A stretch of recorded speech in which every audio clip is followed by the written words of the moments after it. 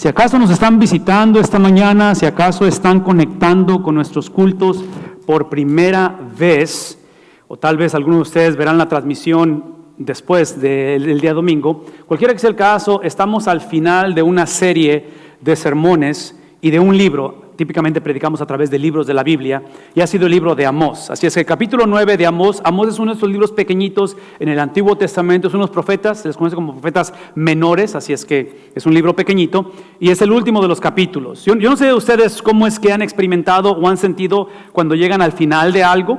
En este caso, hemos llegado a lo que se cree que es el final de las elecciones presidenciales. Estamos casi al final del 2020. Con las esperanzas de que la situación mejore. Esperamos estar al final de una pandemia, no lo sabemos, oramos para que ese sea el caso. Uno de los distintivos de llegar al final de un libro de la Biblia es que tanto el principio como el medio y el final de ello, es interesante que está gobernado por la soberanía de Dios. Y digo soberanía de Dios porque si yo estuviera escribiendo este libro, si yo lo estuviera escribiendo, yo lo escribiría este libro desde la perspectiva, así lo escribiría yo, que no va a ser el caso. Este último capítulo, donde el pueblo de Dios se arrepiente, donde se reconcilian, donde este 2021 va a cambiar, donde la situación mejora, porque queremos finales felices, ¿no? O sea, es lo que deseamos. En otras palabras, muchas veces pienso, y en nuestra iglesia ha sido bendecida con un montón de bebés, pienso en un embarazo. Los embarazos son difíciles, cambian la vida completamente, el parto ni se diga, pero todo eso es justificable porque al final tenemos al bebé. Entonces, todo lo que pasamos o lo que pasan damas, al final es justificable. En cuestión de Dios, queremos verlo desde esa perspectiva. Trágicamente no es el caso en Amós. Trágicamente no es el caso. En otras palabras, me encantaría que tuviéramos un bonito final esta mañana, pero mi punto es que simplemente lo que no vamos a encontrar es un pueblo que se arrepiente. No lo vamos a encontrar eso. El final es un poquito diferente, pero una vez más, principio, mitad de la película o del libro o de la conversación, y al final de ello encontramos a un Dios que es soberano. Ahora, esta mañana yo quiero que, y digo mañana, pero me quedan poquitos minutos para que sea mañana, ya vamos a la tarde. Quiero que pensemos y que consideremos lo que hemos dicho. Cuando hablamos de la soberanía de Dios, del Dios que está en control de las cosas independientemente de qué está sucediendo. Lo interesante de la soberanía de Dios es que a lo mejor no lo entendemos ahorita, o a lo mejor no lo analizamos, sobre todo porque la cosa a lo mejor no está cambiando o no cambia como queremos, pero no hay otra cosa que más nos convenga que un Dios soberano. No hay otra cosa que más nos convenga, nos beneficia que un Dios soberano. Y menciono todo esto porque observen cómo inicia la conversación el profeta Amós al hablar acerca de este último capítulo. Desde el capítulo 7, 8, 9 han sido visiones que él ha tenido. Del 2 al 6 fue juicio, porque el pueblo de Dios trágicamente vivía en rebeldía. Pero 7, 8 y 9, estamos en el 9, esta es la última de las visiones. Y en la visión, él ¿a quién vio? En otras palabras, una vez más, escuchen lo que si esta fuera una película de Disney, si fuera una película de Hollywood, si fuera una película de los Avengers, al final diría, y vi al pueblo que cambió. Y vi a la familia que se reconcilió. Y vi a la sociedad que volvieron otra vez. No es el caso. Lo que se va a encontrar al profeta al final es a Dios, que es el punto. De qué hermoso es lo que hacemos esta mañana. Agradecimos, estamos por el tiempo que pasamos en adoración. Agradecidos estamos por su palabra. Cuando venimos a este tipo de experiencias, no venimos aquí para recibir una bendición. Venimos aquí porque la bendición es Dios. Esa es la bendición. Entonces, al final de la jornada, lo que obtenemos es a Dios. No sé si eso tenga sentido. Menciono eso porque yo sé que venimos con necesidades. El libro de Amós lo presenta en una historia de mucha necesidad. Irónicamente, en el libro de Amós, y no sé si es el caso de nosotros, en el libro de Amós, el profeta presenta necesidades que el pueblo tiene, pero que el pueblo no sabe que tiene. Una vez más, lo que hace Amós, eso es lo que hace la palabra de Dios. La palabra de Dios presenta necesidades al hombre o del hombre que típicamente el hombre no sabe que tiene. Por ejemplo, aquí está más rápidamente esto. Hemos hablado de eso a través de las últimas 7 semanas. Esta es la semana número 7. Por 6 semanas, esta es la 7ª y es la última. Hemos hablado que en el tiempo de Amós, y esto es parte del estira y afloja, esto es parte, yo argumentaría, que no tiene el final que nos gustaría. Porque otra vez, yo quisiera que el final dijera, que el profeta dijera, y vi al pueblo reconciliarse, y vi a los hijos llevarse bien, y vi que la pandemia se disipó. No es el caso. parte del problema es que hay tres componentes que esta gente trágicamente tomaron, recibieron, y conforme los menciono, quiero que procesen lo que voy a decir. Trágicamente lo tomaron, venían o vinieron de Dios, trágicamente se enamoraron de lo que Dios les dio en lugar de usarlo como el vehículo para ver y enamorarse de Dios, de tal manera que cada vez que tomas algo que es bueno, por favor escuchen esto, cuando tomas algo que es bueno, puede ser tu salud, puede ser tu trabajo, puede ser tu familia, puede ser tu sexualidad, puede ser tus sueños, tus deseos, lo que sea bueno, y lo hacemos supremo, implicando que lo ponemos por encima de la supremacía de Dios, automáticamente nos metemos en problemas. Porque Dios es un Dios, el cual, estamos por verlo, es Señor. Él no va a competir con absolutamente nada en el corazón del hombre.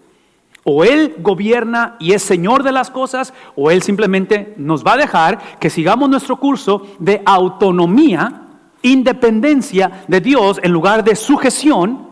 Porque lo irónico de la historia, y lo hemos hablado a través de la Biblia, es de que el Dios que es Señor, que es soberano, lo hemos visto a través del Antiguo Testamento, lo hemos visto expresado en el Nuevo Testamento a través de Cristo, porque dice el apóstol Pablo en Filipenses 2, que Él estando en la misma condición de Dios, siendo Dios mismo, no escatimó como cosa que aferrarse, sino que se despoja de su autoridad o su señorío cósmico, autoridad por todo, y dice que se despoja, no, ese es un misterio, se despoja, viene y se encarna, nace a través de una virgen, camina entre nosotros y ven esto, todo su poder, toda su majestad, Cristo, toda su autoridad, Él la usa para bendecir a otros, que es el punto, de cuando hablamos del Dios que es soberano, del Dios que es todopoderoso, es con el propósito de bendecir a otros. Típicamente, vean lo que voy a decir, típicamente no lo vemos así y no lo creemos porque típicamente somos guiados por nuestros sentidos. ¿Qué son los sentidos? El olfato, el tacto, ¿sí? el gusto, el tacto, el oído, la vista. Entonces, típicamente como lo que estamos contemplando es lo físico, se nos olvida que el Señor, una vez más, el Señor usa su poder, usa su soberanía para bendecirnos. Lo irónico, una vez más, es que cuando estamos pasando por el valle de sombra y de muerte, cuando la cosa no está bien, es cuando preguntamos y decimos, ¿dónde está Dios? ¿Qué pasó con Dios? ¿Qué pasó con las promesas de Dios? Entonces, lo que van a encontrar esta gente, y trágicamente, son tres componentes, que es... van a tener una estabilidad económica, van a encontrar una preeminencia o una supremacía militar, eran muy buenos en cuestión militar, y lo último es un sistema religioso, una vida religiosa muy próspera.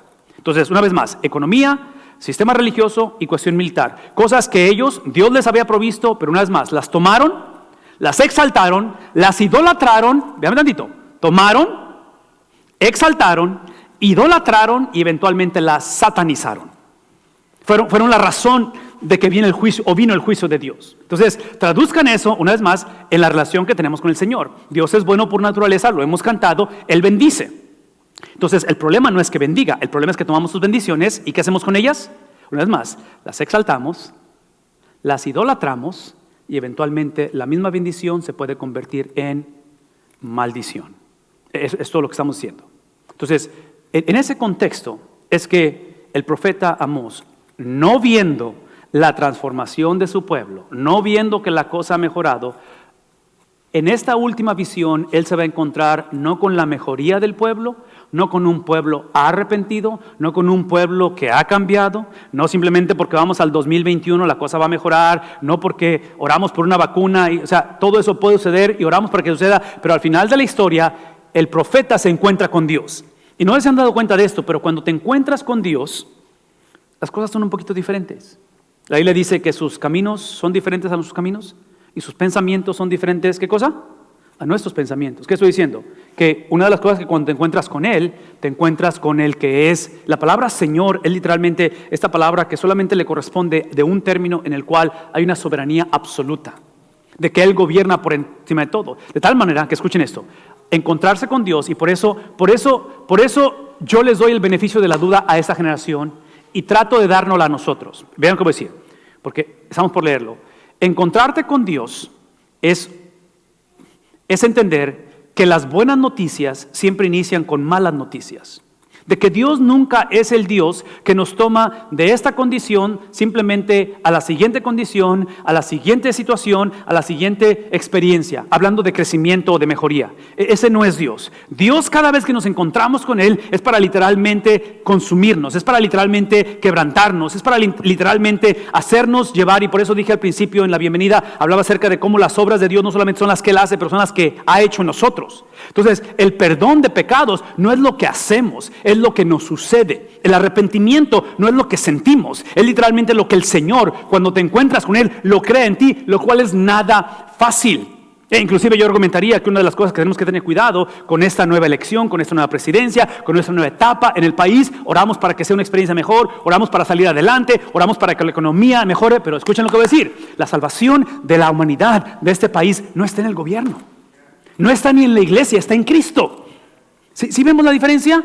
Entonces, aquí el punto es encontrarse con el Señor, porque dice Él, de pie junto al altar, y me dijo, esto es lo que me dijo el Señor cuando me encontré con Él, Amós como profeta hablando, y dice, golpea los capitales para que se estremezcan los umbrales y rómpelos sobre su cabeza de todos. Entonces, literalmente es la imagen donde le está pidiendo que si pueden imaginarse los pilares del edificio, si pueden imaginarse esto que sostiene el techo, está diciendo que los remueva para que le caiga al pueblo de Dios en la cabeza. ¿Qué personaje hay algo similar en el libro de los jueces que Dios le ordena lo mismo? Uno que tenía un pelo largo. ¿Recuerdan la historia? Que así termina él, le sacan los ojos al final y literalmente el templo está hablando y todo. Es la imagen que está sucediendo aquí. Es la imagen del juicio de Dios, es la imagen de encontrarse con Dios, donde dice, entonces mataré a espada al resto de ellos. En otras palabras, los que no mueran en la devastación del edificio, los voy a matar a través de la espada. No habrá entre ellos fugitivo, nadie se va a salvar del cual huya, ni refugiado de ellos que escape. Esto es bien difícil de leer. Esto es bien difícil de leer porque todo el libro de Amós ha sido difícil de leer, porque la tendencia de nosotros es creer que todos somos buenos. La tendencia de nosotros es simplemente decir, como generación, de repente sí tenemos algunos problemitas, algunos hábitos que tenemos que cambiar, pero realmente sí, por eso es que estamos hablando de que la conversación no somos nosotros, la conversación es el pueblo de Dios, la conversación no es simplemente nuestra ansiedad, la conversación inicia con Dios. ¿Qué es el punto? Ese es el punto. Si están tomando nota, quiero que recuerden esto. Cuando hablamos acerca de encontrarnos con Dios, lo primero que reconocemos es nuestra necesidad de salvación. Y la salvación eventualmente no es tanto de un infierno, no es tanto ni siquiera de la muerte, no es tanto ni siquiera de una pandemia, no es tanto de un 2020 que ya queremos que se acabe porque soñamos con que el 2021 sea mejor. Sí, la salvación es primera y exclusivamente de Dios. Somos salvos de Él. Porque aparentemente Él es el Dios que no va a ser burlado. Aparentemente Él es el Dios que parte de su obra redentora es hacernos entender que el problema que tenemos como seres humanos no es la situación racial, no es la situación de partidos políticos, no es la situación económica. El problema del ser humano es Dios. Él es el problema. Y digo el problema porque una vez más, porque el contexto de todo esto es entender que la salvación de Dios es simplemente para llevarnos a una relación la cual habla de exclusividad. Por favor, escuchen el mensaje esta mañana. Escuchen el mensaje. La Biblia enseña que en Cristo, en su Hijo, el Padre, Dios, el Padre, Él había apartado al Hijo para Él. Y apartando al Hijo, a través del Hijo, el Padre escogió al mundo, escogió a Abraham, escogió a su familia, escogió a la nación y eventualmente escogió a la iglesia para escoger al mundo. Trágicamente, esta relación de exclusividad, de decir soy apartado o separado o salvo para Dios, el pueblo de Israel en el tiempo de Amós lo usó como un sácame de apuros. En inglés decimos como un loophole. Lo sacó como un atajo, lo sacó para simplemente pensar que como ellos eran parte de la simiente, eran parte de este linaje, hijos de Abraham, se les olvidó que el antecedente a esta experiencia de ser apartado para Dios era que reconociéramos que todos hemos pecado, que no hay justo ni siquiera uno. Entonces, lo que encontramos, una vez más, en el libro de Amós, encontramos una generación que ellos piensan que son de Dios y son para Dios porque están prosperando económicamente, piensan que están aquí porque han prosperado militarmente, en cuestión militar, y porque han prosperado en cuestión religiosa. Entonces, cuando se reunían en sus cultos para la adoración, como tenían la liturgia correcta, como venían con una actitud correcta y leían de la palabra correcta, no consideraban que su pecado y rebeldía los apartaba ¿de quién? Entonces, esta mañana, todos sin excepción, o estamos separados de Dios o estamos separados para Dios. ¿Cuál va a ser no podemos los dos, ¿sí me explico? Es uno u otro. No hay tal cosa como diciendo, soy hijo de Dios, pero realmente la relación con Dios, así como Él me ha amado incondicionalmente, así es como Él amó a Cristo para amar al mundo, sí, ese amor implica que yo puedo hacer lo que yo quiera. Sí, el libro de Amós nos ha demostrado que no funciona así. E inclusive, en el libro de Amós, en el capítulo 8, vimos que los sacerdotes que dirigían los cultos hablan palabra en contra de los profetas y los acusan delante del rey para que los maten. Porque los sacerdotes que dirigían los cultos estaban en contra de esta situación donde muchas de las veces como generación, una vez más, mucha generación, decimos, es que yo ya acepté a Cristo. Sí, pero el aceptar a Cristo es para exclusividad con Dios, la cual su antesala no es que simplemente Dios nos ha llevado de una experiencia más o menos a una experiencia mejor, a una experiencia más agradable. Si ese no es el Evangelio. El Evangelio es que nos revela que todos sin excepción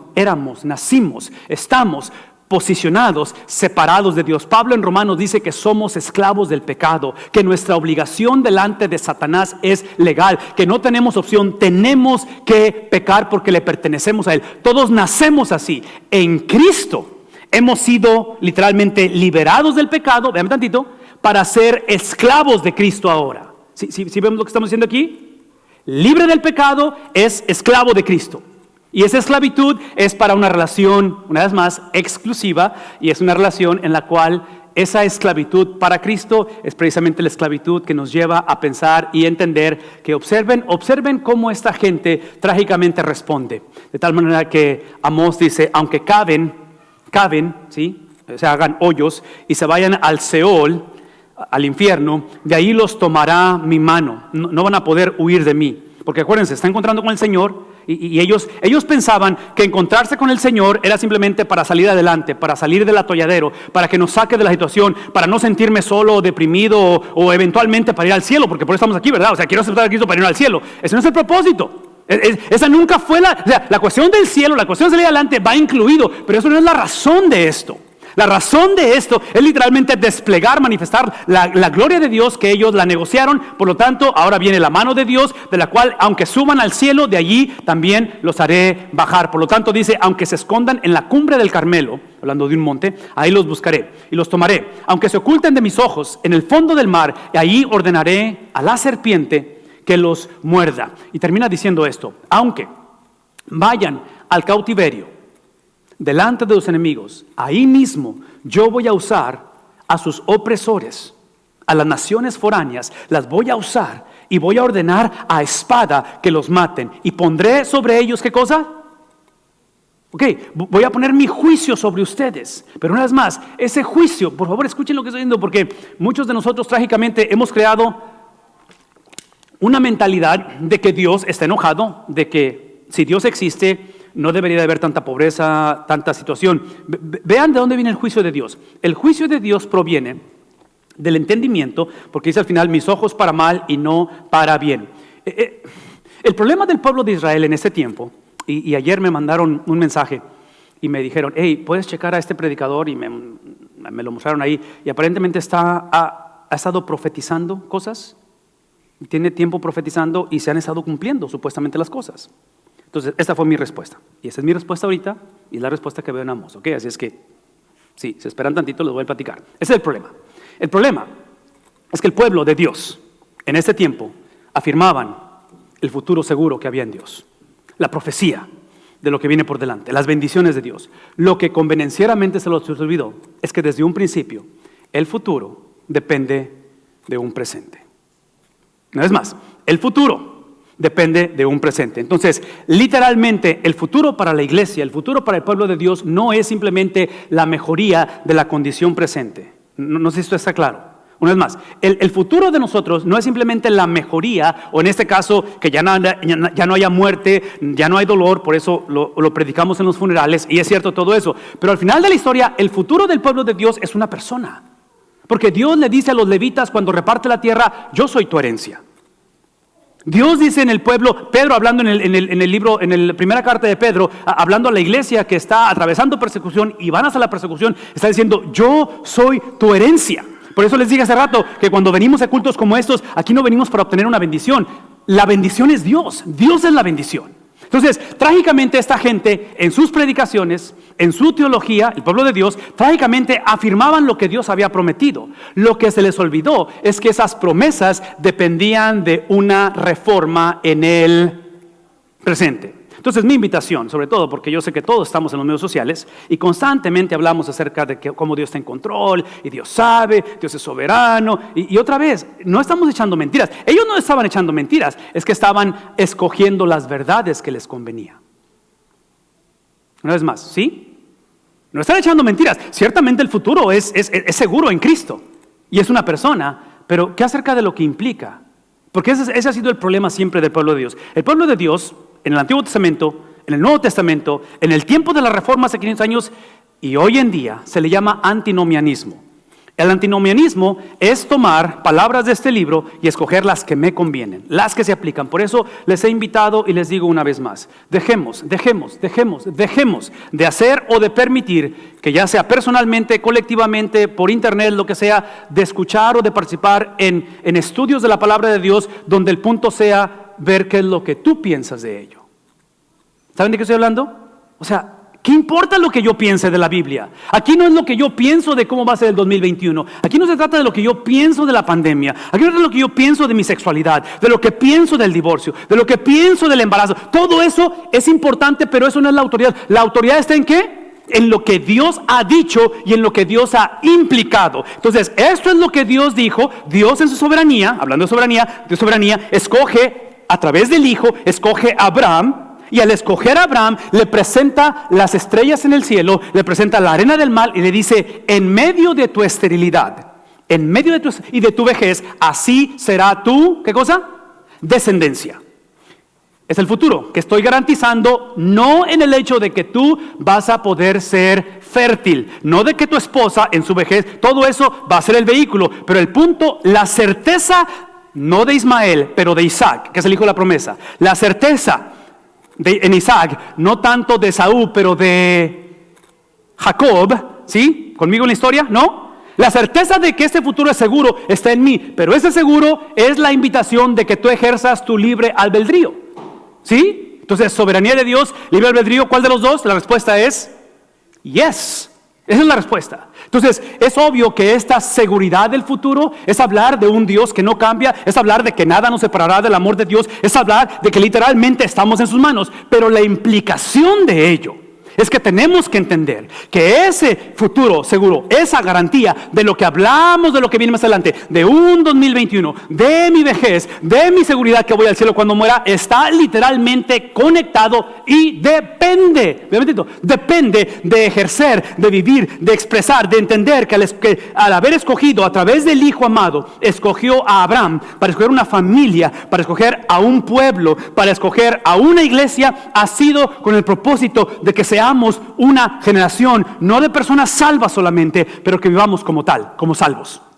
Que la salvación deje de ser un evento cuando entregué mi vida a Cristo cuando tenía 14 años. Eso es bueno y no lo cuestiono, porque es la certeza de tu garantía, la experiencia instantánea, la transacción legal que se llevó cuando tu pecado fue puesto en Cristo y su justicia fue puesto en Él. La pregunta es, ¿qué sucede? ¿Qué va a suceder desde el momento en que entregas tu vida a Cristo al momento en que mueras?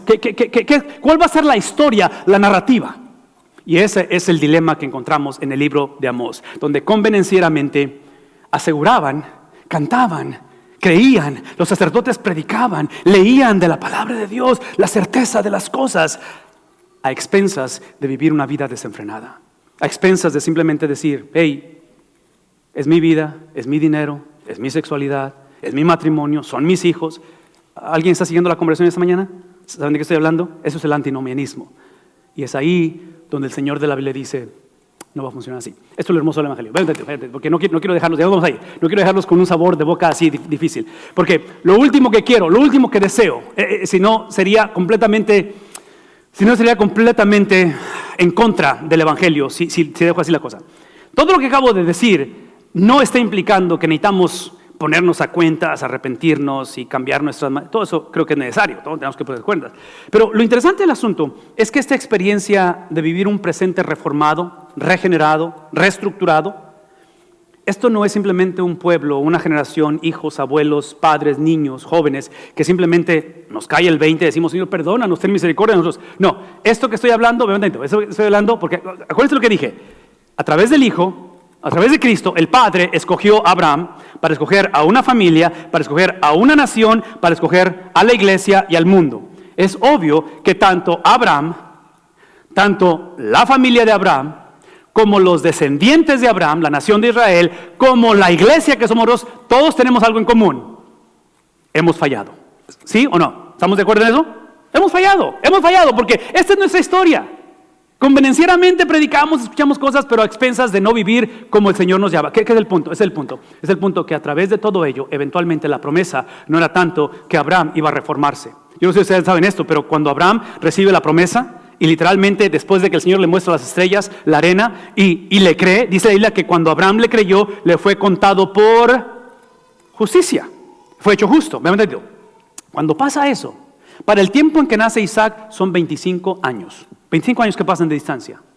Hablando de cronología, en 25 años, si algo le caracteriza a este padre de la fe, a este padre de la nación, es precisamente la falta de reforma. Vive una vida no agradable, vive una vida de infidelidad. ¿Qué estoy diciendo? Todo lo que estoy diciendo es que lo que le sucedió a Abraham, sin quitar de él su habilidad de creerle a Dios, el haber creído, si están escribiendo, necesitan escribir esto, el haberle creído a Dios no es lo que Abraham hizo, es lo que le sucedió a Abraham.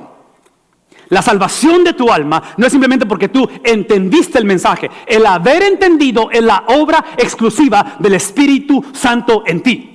Entonces, el arrepentirte esta mañana y reformar tus caminos, el pensar como familia y decir, ok, no podemos seguir viviendo de esta manera, no es simplemente porque estás amenazado, no es porque la esposa te da una tercera oportunidad, no es simplemente porque es lo correcto o porque deseas literalmente un mejor 2021, es literalmente la obra del Espíritu Santo obrando, transformando, creando el Dios soberano, el Dios autoritativo, el Dios que no pide permiso, el Dios que gobierna, que simplemente en su misericordia interviene, y basado en esa obra es que este pueblo trágicamente continúa, se aferró, vivió de una manera rebelde, con alevosía, con desventaja, nunca fue occidental, y por eso el juicio se hace presente. Todo lo que estoy tratando de decir es esto.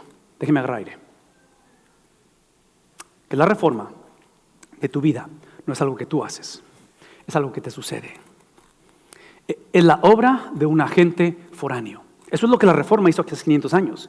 Porque hace 500 años la iglesia hablaba de una vida reformada que estaba en ellos. Por eso tenían los sacramentos, por eso tenían eventualmente, si acaso morías sin haber sido completamente reformado, pues está el purgatorio, porque, ¿sí me explico?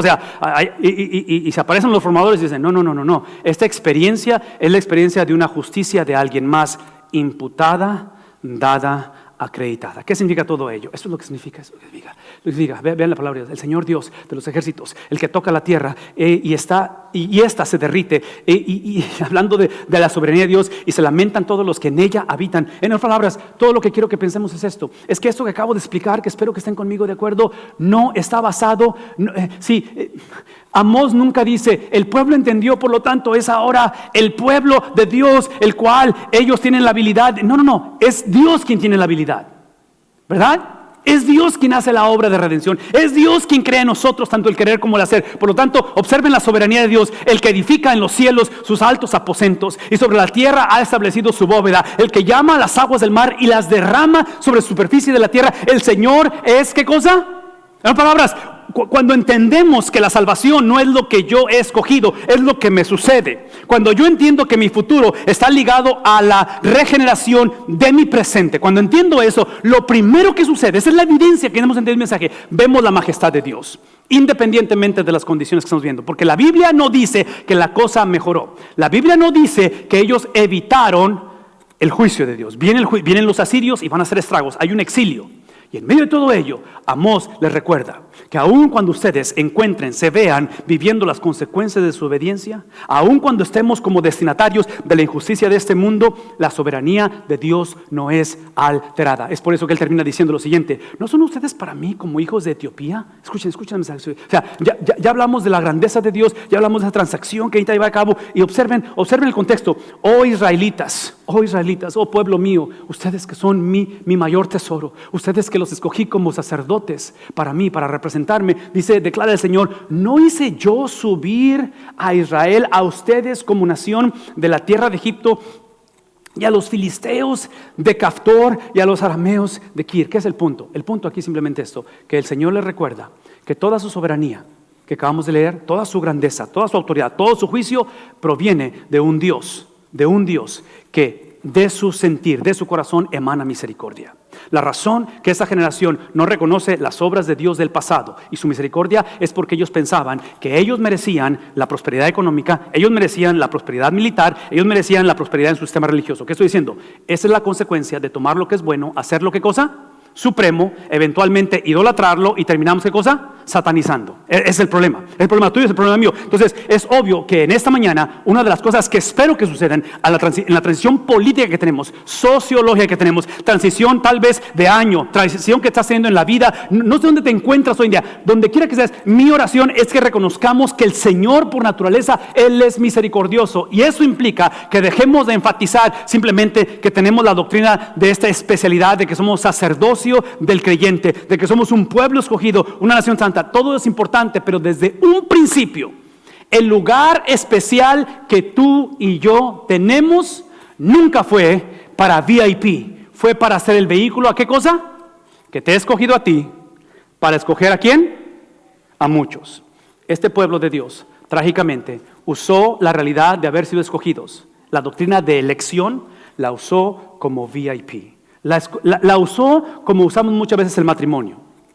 Seamos honestos. En el matrimonio me casé contigo porque en inglés decimos what's in for me. O sea, si no me das lo que yo espero, busco a alguien más.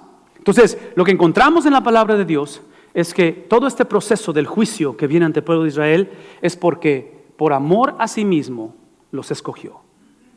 Antes de la fundación del mundo, en Cristo Jesús, el Padre entregó al Hijo los que iban a ser salvos. El problema no fue que fuimos elegidos en Dios, el problema es que hemos negociado el propósito por qué fuimos elegidos. El pueblo de Israel lo negocia. Trágicamente, el antídoto a evangelismo es simplemente VIP. Es pensar que soy intocable, que la vida me debe, mi esposa me debe, mis hijos me deben, la iglesia me debe, el gobierno me debe, Trump, lo que le queda, me debe, y el próximo que viene me debe, en fin, Dios me debe, ¿no es cierto? Entonces, cuando algo sucede, ¿cómo reaccionamos? El punto aquí simplemente es que estamos en este lugar para reconocer que en el nombre de Jesús, por ese agente foráneo, aquellos que hemos confiado en la confiabilidad de Cristo, es que somos parte de ese real sacerdocio, ser nación santa. El problema no es que seamos salvos, el problema esta mañana es que vivamos esta transición del 2020 al 2021, esta transición que estamos viviendo, y reconozcamos el propósito por el cual somos salvos. Porque se los voy a decir una vez más, como pastor no hay cosa más atractiva que pastorear una iglesia que su motor de arranque sea la vida de otros. ¿Qué es lo opuesto? Mi vida. Como esposo, no hay cosa más atractiva en el matrimonio que casarme con una mujer que su motor de arranque sea ¿qué cosa? La vida de otros, en lugar de ¿qué cosa? What's in for me. Como padre, no hay cosa más atractiva que ser padre de hijos, que su motor de arranque sea ¿qué cosa? Entonces, si pudiéramos dejar y establecer este principio desde la salvación.